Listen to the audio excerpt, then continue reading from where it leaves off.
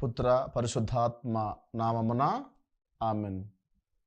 క్రీస్తు నామం పేరిట ప్రియ విశ్వాసులారా, దైవజనమా, మీకందరికీ కూడా క్రీస్తు సందేశానికి మనస్ఫూర్తిగా ఆహ్వానం పలుకుతూ ఉన్నాను.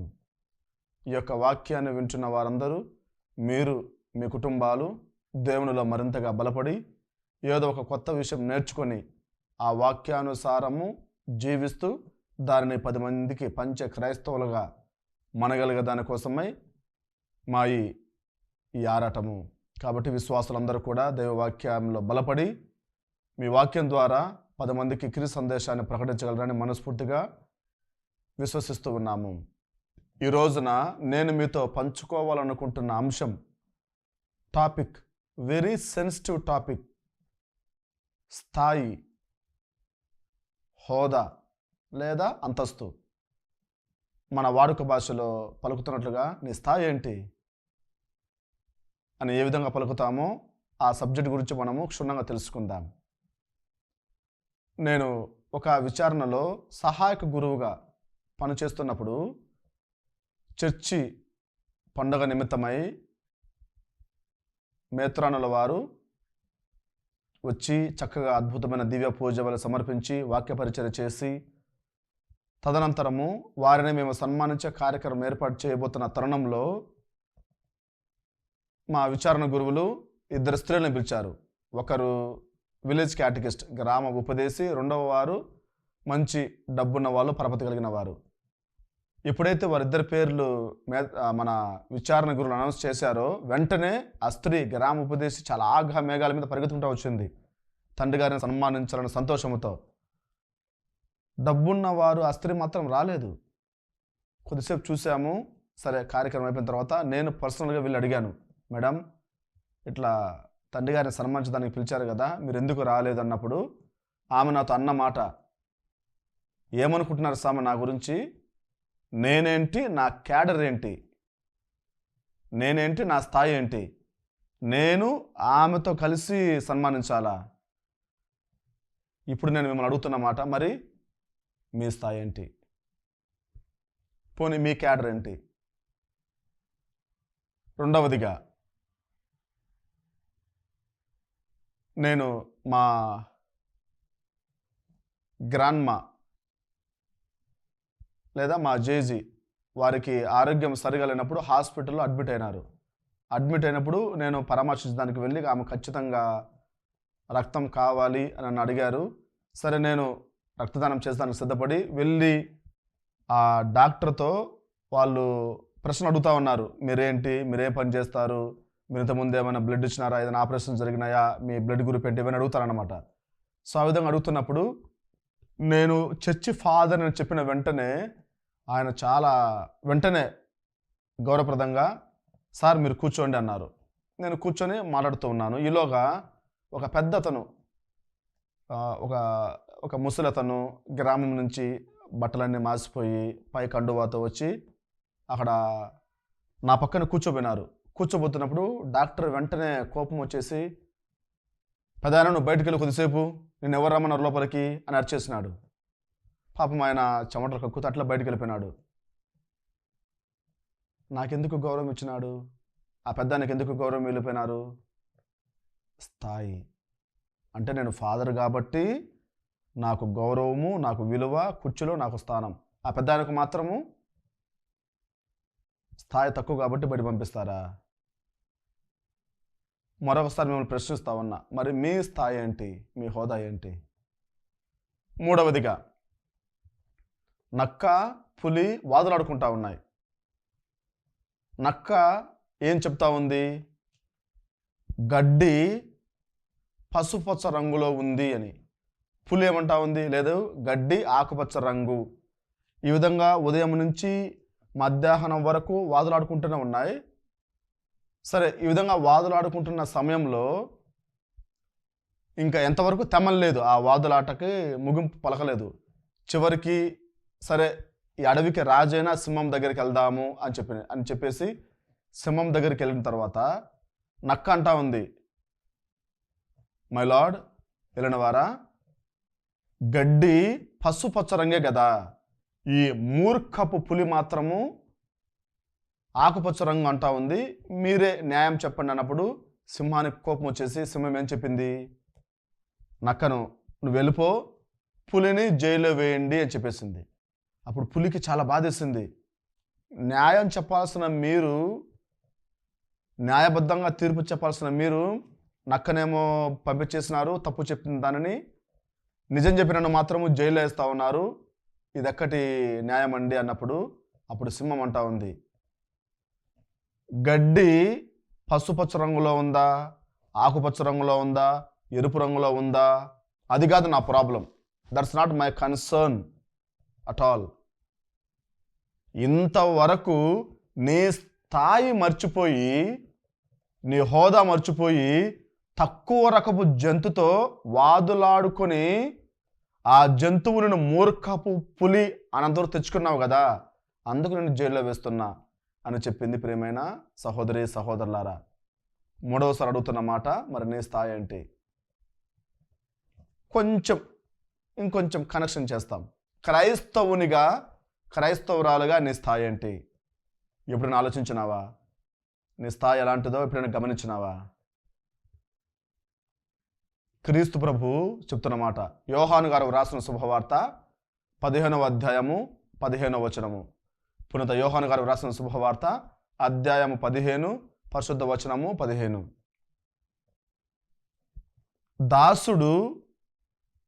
దాసునికి యజమానుడు ఏమి చేయుచున్నాడో తెలియదు, ఎందుకంటే పనివాడు కాబట్టి. ఇక మీదట నేను మిమ్ము దాసులని పిలవక స్నేహితులు అని పిలిచేదను. ఏమండి, మీ స్థాయి క్రీస్తు ప్రభువుతో స్నేహం చేసే స్థాయి, దాసుని స్థాయి కాదు, బానిస స్థాయి కాదు. క్రీస్తు ప్రభునితో కూర్చొని ఆ 12 మంది శిష్యుల్లాగా ఆయనతో పాటు కూర్చొని భుజించే స్థాయి. ఆదాము ఏదెను తోటలో క్రీస్తు ప్రభుతో పచారులు చేసేవాడు, నడుచుకుంటూ చేతులు పట్టుకొని పోయేవాడు. క్రైస్తవునిగా నీ స్థాయి క్రీస్తు ప్రభువుతో పాటు నడిచే స్థాయి, దేవునితో స్నేహం చేసే స్థాయి. అందుకే నేను ఎప్పుడు చెప్తా ఉంటాను నా విశ్వాసులకి, దయచేసి క్రైస్తవ సహోదరి సహోదరులారా, దేవుని మీరు అడగద్దు. అయ్యా నా కుటుంబాన్ని దీవించండి, అయ్యా దేవుని దగ్గర మనం భిక్ష ఎత్తుకోవాల్సిన అవసరం లేదు. నీ స్థాయి భిక్ష ఎత్తుకునే స్థాయి కాదు, నీ స్థాయి దేవుని బిడ్డగా డిమాండ్ చేసే స్థాయి. నాకు ఇవ్వండి, చనువుతో అడిగే స్థాయి. ఎంతమంది అడుగుతున్నారండి? ఎంతమంది అడుగుతారు? క్రీస్తు ప్రభు అంటాడు, ఏమండి నేను మిమ్మల్ని స్నేహితులను పిలుస్తా ఉన్నాను. క్రీస్తు ప్రభుని స్నేహితునిగా భావించవలసిన స్థాయి నీది, కానీ ఆ స్థాయిని మనం మర్చిపోతా ఉన్నాం. అందుకే మనము పునీత పేతురు గారు చెప్తారు, పునీత పేతురు గారు ఏమని చెప్తారు? పేతురు గారు వ్రాసిన మొదటి లేఖ 2వ అధ్యాయము 9వ వచనంలో, క్రైస్తవులుగా మీరు ఎన్నుకోబడిన జాతి, రాచరికపు గురుకులము, దేవుని పవిత్ర ప్రజలు, స్వంత జనము. ఎంత అద్భుతమైన మాట అండి! ఎన్నుకోబడ్డ బిడ్డలండి మీరు. ఇదే విషయాన్ని పునీత పౌలు గారు కూడా ఖరాఖండిగా రూఢిపరుస్తూ ఉన్నారు. పౌలు గారు కొలెస్సులకు రాసిన లేఖ 3వ అధ్యాయము 12వ వచనము. పునీత పౌలు గారు కొలెస్సులకు రాసిన లేఖ 3వ అధ్యాయము 12వ వచనములో, క్రైస్తవులుగా మీరు ఎన్నుకోబడిన బిడ్డలు, ఎన్నుకొనబడిన జాతి, స్పెషల్లీ చోజన్. పేతురు గారు ఏమంటారండి? రాచరికపు గురుకులము. అయ్యా, వాక్యం వింటున్న ప్రతి క్రైస్తవ బిడ్డ, క్రైస్తవుడా క్రైస్తవురాలా, ప్రతి యువతి యువకుడా, బిడ్డలారా గుర్తుపెట్టుకో, నీ స్థాయి రాజు స్థాయి. నీవు రాజు బిడ్డవు, క్రీస్తు రాజు బిడ్డవు, క్రీస్తు రాజు శిష్యునివి. అందుకే ప్రతి క్రైస్తవుడు ప్రథమంగా చేయవలసిన మొట్టమొదటి పని, రాజులా మాట్లాడు. నీవు మాట్లాడే ప్రతి మాట డిగ్నిఫైడ్గా, వెరీ మచ్ డిగ్నిఫైడ్. రాజులా మాట్లాడు, రాజులా తిను, రాజులా నడు, రాజులా నీ బిడ్డలను పంచు, రాజులా నిల్చో. అంత రాజులానే ప్రవర్తించు ప్రియమైన సహోదరి సహోదరులారా. Very dignified. రాజు చిల్లర విషయాలలో కాలయాపన చేయడు, టైంపాస్ చేయడు. రాజు చిల్లర విషయాల్లో చర్చించడు. తన మంత్రులతో కానీ, తన సైనికులతో కానీ, ఉద్యోగులతో కానీ చిల్లర విషయాల గురించి టైంపాస్ చేయడు. రాజు పనికిమాలిన విషయాలలో తను తాను ఇన్వాల్వ్ చేసుకోడు. Very dignified. రాజు నుంచి వచ్చే మాట అది శాసనం అంతే. రాజు నుంచి ఏ మాట వస్తుందో అని ఎదురు చూస్తూ ఉంటారు. క్రైస్తవునిగా, క్రైస్తవురాలుగా నీ నోటి నుంచి కూడా వచ్చే మాట అదే విధంగా ఉండాలి. ఎలాంటి మాట నువ్వు మాట్లాడాలి, ఎలా నడవాలి, ఎలా నడుచుకోవాలి, నీ నడక ఎలా ఉండాలి అనేది గమనించాలి. ప్రియమైన సహోదరి సహోదరులారా, క్రీస్తు రాజుగా మనం ఒప్పుకుంటా ఉన్నాం. ఆయన రాజుగా ఎలాంటి మాటలు మాట్లాడేవాడు? దయాపూరితమైన మాటలు మాట్లాడేవాడు. చిన్న చిన్న విషయాలలో, సిల్లి విషయాలలో తాను ఇన్వాల్వ్ చేసుకునేవాడు కాదు. పనికి మాలిన ఉపయోగం లేని విషయాలలో తాను ఇన్వాల్వ్ చేసుకునేవాడు కాదు. అంత అద్భుతమైన రాజు తను. ఏమండి, ప్రజలను చూసినప్పుడు ఆ కాపరి లేని గొర్రెల వల్లే ఉన్న వారిని చూసి ఆయన మనసు కరిగిపోయింది, కడుపు తరుక్కుని పోయింది. రాజుకు ఉండాల్సిన ప్రథమ లక్షణము జాలి కలిగిన హృదయము. రాజుకు ఉండవలసిన మరొక లక్షణము, నీ నోటి నుండి వచ్చే ప్రతి మాట దయాపూరితమై ఉండాలి. ప్రియమైన సహోదరి సహోదరులారా, అందుకే మన వాక్యంలో మనం సెలవిచ్చినట్లుగా క్రీస్తు ప్రభు చెప్తున్న మాట, నేను మిమ్మల్ని స్నేహితులను పిలుస్తా ఉన్నాను అంటా ఉన్నారు. ఇప్పుడు ఇంత పౌలు గారు, పేతురు గారు దానిని రూఢిపరుస్తూ, దృఢపరుస్తూ మన స్థాయి రాజు స్థాయి అంటా ఉన్నారు. మరి నీ దైనందిక జీవితంలో, నీ ఇంట్లో కానీ, ఆఫీసులో కానీ, కుటుంబంలో కానీ, పనిచేస్తున్న ప్రదేశంలో కానీ, క్రైస్తవునిగా నీ స్థాయిని ఎలా చూపిస్తున్నావు 10 మందికి? చిల్లర విషయాలలో నువ్వు ఎక్కువగా ఇన్వాల్వ్ చేసుకుంటున్నావా? ఉపయోగం లేని విషయాలు, పనికి మాలిన విషయాలు, చెప్పుడు మాటలు, చేతకాని మాటలు, అనవసరమైన మాటలు, ఎత్తు చూపే మాటలు, వేలెత్తు చూపే మాటలు, వీటిల్లో నువ్వు ఎక్కువగా ఇన్వాల్వ్ చేసుకుంటూ ఉన్నావా? ఎప్పుడైతే దీవించవలసిన నోటితో పనికి మాలిన విషయాలు ఉచ్చరిస్తున్నావో నీ స్థాయి ఆటోమేటిక్గా పడిపోయినట్టే. ఆటోమేటిక్గా నిన్ను నీవు దిగజార్చుకున్నట్లే. ఎవరో మనల్ని దిగజార్చాల్సిన అవసరం లేదు. నీ మాటను బట్టే నీ స్థాయిని లెక్కించవచ్చు.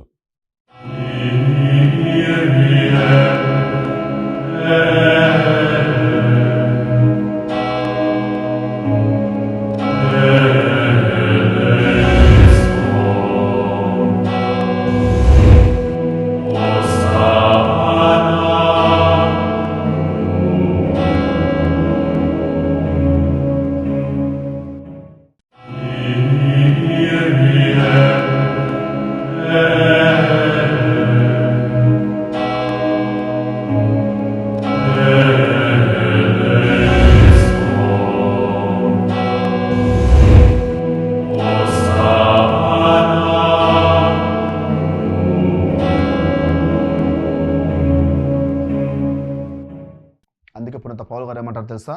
పునీత పౌలు గారు కొలస్సీలకు వ్రాసిన లేఖ 4వ అధ్యాయము 6వ వచనము, ప్రియమైన సహోదరి సహోదరులారా, మీరు ఎల్లప్పుడూ దయాపూరితమగు మాటలే మాట్లాడుచు ఉండవలేను. మీ మాటలు కూరలో ఉప్పు వేసినట్లు రుచికరముగా ఉండవలేను. నీ మాటలు ఎవరు విన్నా, నీ కింది వాళ్ళు, నీ పై వాళ్ళు, నీతో పనిచేస్తున్న తోటి సహోద్యోగులు, నీ ఇంట్లో వాళ్ళ, ఆఖరికి నీ బంధుమిత్రాలు, స్నేహితులు కూడా నీవు మాట్లాడే ప్రతి మాట రుచికరంగా ఉండాలి. నీ నోట్లో నుంచి వచ్చే ప్రతి మాట రుచికరంగా ఉండాలి. ఆ రుచికరంగా లేని సందర్భంలో నీ స్థాయిని దిగజార్చుకున్నట్లే. మనం అద్భుతమైన వాక్యం చూస్తూ ఉన్నాం. కీర్తన గ్రంథము 8వ అధ్యాయము 5వ వచనంలో, ప్రియమైన సహోదరి సహోదరుడా, నీ స్థాయి ఎలాంటిదో తెలుసా? దేవుని కంటే కొంచెం ఒక్క స్టెప్ తక్కువ స్థాయి, అంటే దేవుడితో ఈక్వల్గా ఉండే స్థాయి. అందుకే వెరీ డిగ్నిఫైడ్గా మనం ఉండగలగాలి. నీవు మాట్లాడే ప్రతి మాట దీవెనకరంగా ఉండాలి. నీ నోటి నుంచి ఏది వచ్చినా లేదు మెదలకుండా ఉండిపోతే తప్పేం లేదు. సైలెంట్గా ఉండండి, మౌనంగా ఉండండి. మౌనంగా ఉండేవాడు జ్ఞాని. మాట్లాడేవాడు మూర్ఖుడు, వదరుబోతు, ఎక్కువగా నోరు జారేవాడు. నీవు మాటల్లో అనవసరమైన పనికిమాలిన విషయాలు మాట్లాడతావేమో, నీవు మాటల్లో ఉపయోగం లేని మాటలు మాట్లాడతావేమో, నీవు మాటల్లో శపించే మాటలు మాట్లాడతావేమో. ప్రియమైన సహోదరి సహోదరులారా, అదే విషయాన్ని మనము ఇంకా మరింతగా పునీత పౌలు గారు తన వాక్యంలో దృఢపరుస్తూ ఉన్నారు. పునీత పౌలు గారు ఎఫెసీయులకు వ్రాసిన లేఖ 2వ అధ్యాయము 11వ వచనము. ఒకప్పుడు మీరు ఎలా ఉన్నారో గ్రహింపుడు. ఒకప్పుడు మీ పాత జీవితం ఎలా ఉందో గుర్తు చేసుకోనండి. జ్ఞాన స్నానం తీసుకోకముందు నీ జీవితము గొడవల్లో, కొట్లాటల్లో, చెప్పుడు మాటల్లో, మోసము, దొంగతనము, వ్యభిచారము, కామము, మరింతగా ఇలాంటి జీవితంలో ఇన్వాల్వ్ అయి ఉందేమో. ఒకసారి క్రీస్తు ప్రభువులో నువ్వు సత్యాన్ని కనుగొన్న తర్వాత ఆ జీవితం వద్దు, పాత జీవితం గతించిపోయింది. నీవు నూతన వ్యక్తిగా, క్రీస్తు రాజుగా, నీవు కూడా దివ్య సప్సం తీసుకున్నప్పుడు నీవు కూడా క్రీస్తు రాజుతో సమానం. రాజుగా ఇప్పుడు నీ జీవితం ఎలా ఉందో గమనించుకో అని పునీత పౌలు గారు దృఢపరుస్తూ ఉన్నారు. ప్రియమైన సహోదరి సహోదరులారా, అందుకే ఎప్పుడైనా సరే, ఎప్పుడైనా ఇంట్లో ఉన్నా, బయట ఉన్నా, పని చేస్తూ ఉన్నా, ఉద్యోగం చేస్తూ ఉన్నా, నడుస్తూ ఉన్నా, ఇంకొక పని చేస్తూ ఉన్నా, ఎప్పుడు నీ నోట్లోంచి వచ్చే ప్రతి మాట రాజులా మాట్లాడు, రాజులానే ఉండు, రాజులా తిను, రాజులా సంపాదించు, రాజులా నడువు, రాజులా చాలా డిగ్నిఫైడ్గా ఉండు. ప్రియమైన సహోదరి సహోదరులారా, అందుకే పునీత పౌలు గారు చెప్తారు. పునీత పౌలు గారు ఎఫెసీయులకు వ్రాసిన లేఖ 4వ అధ్యాయము 29వ వచనంలో పునీత పౌలు గారు వ్రాసిన ఎఫెసీయులకు వ్రాసిన లేఖ 4వ అధ్యాయము 29వ వచనంలో, నీ సంభాషణలో, నీవు మాట్లాడే ప్రతి మాటలో దుర్భాషలు అంటే పనికి మాలిన మాటలు, ఉపయోగం లేని మాటలు, ఇంకా మన భాషలో చెప్పాలంటే చెడు మాటలు, బూతు మాటలు, కోపపు మాటలు, శపించే మాటలు, నీ సంభాషణలో దుర్భాషలు రానివ్వకుండా అది వినువారికి మేలు కలుగునట్లుగా చూసుకునుము. ప్రియమైన సహోదరి సహోదరుడా, నీవు మాట్లాడే మాటలు దీవనకరంగా లేకపోతే నువ్వు క్రైస్తవునిగా, క్రైస్తవులుగా ఉండేదానికి అనర్హుడివి, అనర్హురాలివి. అంతే. నీవు మాట్లాడే మాటలు ఎవరికైనా సరే మేలుకరంగా లేకపోతే 100,000 సార్లు దివ్య బలుపు చూడము వేస్టే కదా. నీ మాటలు దీవనకరంగా లేకపోతే 100,000 సార్లు దివ్య సప్రసాదం తీసుకోవడం కూడా వేస్టే కదా. దివ్య సప్రసాదం తీసుకుంటావు, బయటికి వెళ్ళి ఉపయోగమైన మాటలు మాడతావు. చర్చిలో అద్భుతంగా ప్రార్థన చేస్తావు, బయటికి వెళ్ళి పనికి మాలిన విషయాలలో చర్చలు చేసుకుంటూ ఉంటావు. చక్కగా ఏడుస్తూ కన్నీటి ప్రార్థన చేస్తావు, బయటికి వెళ్ళి అనవసరమైన వ్యాపకాలతో నువ్వు ఇన్వాల్వ్ చేసుకుంటూ ఉంటావు. కాబట్టి క్రైస్తవునిగా, క్రైస్తవులుగా క్రీస్తు ప్రభు ఖరాఖండిగా చెప్తున్న మాట, బిడ్డ, నీ మాటలు ఎవరు విన్నా అది వినేవారికి మేలుకరంగా ఉండాలట. నీవే ఆశీర్వాదం. క్రీస్తు ప్రభు వచ్చి దీవించాల్సిన అవసరం లేదు, నీవే ఆశీర్వాదం. ఒకసారి అంట ఎప్పుడు చాలా హాస్పిటల్ పేషెంట్స్ ఎలా ఉంటారు, ఎప్పుడు ఏడుస్తూ రోగాలతో ఏదో కోల్పోయినట్టు. అటువంటి హాస్పిటల్లో ఒక అతను జాయిన్ అయినాడు, క్యాథలిక్, చక్కగా దివ్య బలి పూజ పాల్గొనే క్యాథలిక్ జాయిన్ అయినాడు. ఆ క్యాథలిక్ జాయిన్ అయినప్పటి నుంచి అతను ఒకటి అడిగినాడు ఫాదర్ని, ఫాదర్ స్వాముల వారండి, నాకు రోజు దివ్య సప్తాహం ఇవ్వండి. అతను హాస్పిటల్ అడ్మిట్ అయినప్పటి నుంచి అతను ఉంటున్న ఆ క్యాబిన్ మొత్తం, ఆ గది మొత్తం అందరూ సంతోషంగా ఉన్నారట. అందరూ మేము రోగస్తులమని ఎవడు కనిపించట్లే. నర్సులకు కూడా వీళ్ళు పేషెంట్స్ అయినా అన్నట్టు హ్యాపీగా ఉన్నారు, నవ్వుతూ ఉన్నారు, కేరింతలాడుతూ ఉన్నారు, జోకులు చెప్పుకుంటూ ఉన్నారు. అసలు వాళ్ళు రోగస్తులు అని స్పృహ ఎవరికి లేదు. ఒకసారి ఇట్లా చూసి ఒక 4-5 రోజుల తర్వాత ఒకరు అడిగారు, అయ్యా ఏంటి విషయం, నువ్వు వచ్చిన తర్వాత ఈ గది మొత్తము వాతావరణం మారిపోయింది, అంతవరకు చాలా గ్లూమీగా ముఖమంతా మార్చుకొని ఏదో చావు బతుకులో ఉంటున్నాము అనాల్సిన వాళ్ళు బాగా నవ్వుకుతా ఉన్నాడు. ఏంటి విషయం అన్నప్పుడు ఇతను అంటా ఉన్నాడు, ఇది నా గొప్పతనం కాదండి, నన్ను చూసేదానికి ప్రతిరోజు నా యేసయ్య వస్తూ ఉన్నాడు. ఎంత అద్భుతమైన మాట. ప్రియమైన సహోదరి సహోదరులారా, ఆ క్రైస్తవునిగా అతని స్థాయి ఏంటండి? మిగతా పేషెంట్స్ని కూడా చావు కళ నుంచి జీవ కళ వైపు నడిపించిన స్థాయి అతనిది. చనిపోతాము, మా బ్రతుకులు ఇంతే, మా జీవితం అంతమైపోతా ఉంది అన్న పరిస్థితి నుంచి నవ్వుతూ కలకల్లాడుతూ ఆరోగ్యంగా ఒకరినొకరు జోకులు వేసుకుంటూ హుషారుగా ఉండేంత వరకు తెచ్చిన క్రైస్తవుని ఘనత అది. నీవు చేయవలసిన పని అది, ప్రియమైన సహోదరి సహోదరులారా. కాబట్టి అందుకే పునీత పౌలు గారు చెప్తారు, పునీత పౌలు గారు ఎఫెసీయులకు రాసిన లేఖ 5వ అధ్యాయము 4వ వచనము, దయచేసి దివ్య సప్రసాదం తీసుకునే బిడ్డగా నీవు చేయవలసిన పని నీ నోటిని శపించడానికి ఉపయోగించరాదు, అబద్ధాలకు ఉపయోగించరాదు, కొట్లాటకు ఉపయోగించరాదు. అందుకే నీవు అసహ్యమైన అవివేకపూరితమైన మాటలు మాట్లాడడం నీకు తగదు. పొరపాటున అసహ్యమైన మాటలు మాట్లాడావా, రాజుగా నీ స్థాయి నువ్వు తగ్గించుకున్నావు. అవివేకపూరితమైన మాటలు మాట్లాడావా, నీ స్థాయి నువ్వు తగ్గించుకున్నావు. ఉపయోగం లేని మాటలు మాట్లాడావా, నీ స్థాయి నువ్వు తగ్గించుకున్నావు. సరే స్వామి, మీరు బాగా చెప్తా ఉన్నారు, మరి నేను రాజులా ఉండాలంటున్నారు, రాజులా మాట్లాడాలి, నా స్థాయిని చూసుకోమంటా ఉన్నారు. ఒకవేళ నా పని నేను చూసుకుంటా ఉంటాను, నా పని నేను చేసుకుంటా మెదలుకుంటా ఉంటాను, ఈ సమయంలో ఎవరైనా వచ్చి నన్ను డిస్టర్బ్ చేస్తే, నన్ను ఇబ్బంది పెడితే ఏం చేయాలి? నా కొద్ది నేను మెదలకుండా ఉంటాను, కానీ పక్కోడు వచ్చి నన్ను డిస్టర్బ్ చేస్తాడు, నా గురించి తప్పుడుగా మాట్లాడు, ఏం చేయాలి? మనిషిని కదా, ఉప్పు కారం తింటున్నా కదా, నాకు కోపం వస్తుంది కదా. యేసుప్రభు ఏమంటాడండి? యేసుప్రభు ఆయనకు కోపం వచ్చినప్పుడు తాడుతో కొరడా పేని ఆ దేవాలయంలో ఉండే వాళ్ళందరిని తరిమి కొట్టాడే కానీ శపించలేదు. యేసుప్రభు కోపపడ్డాడే కానీ కోపంలో సరిదిద్దాడు కానీ శపించలేదు. నీకు కోపం రావడము మంచిదే, కానీ కోపం నిన్ను పాపంలోకి లాగద్దు.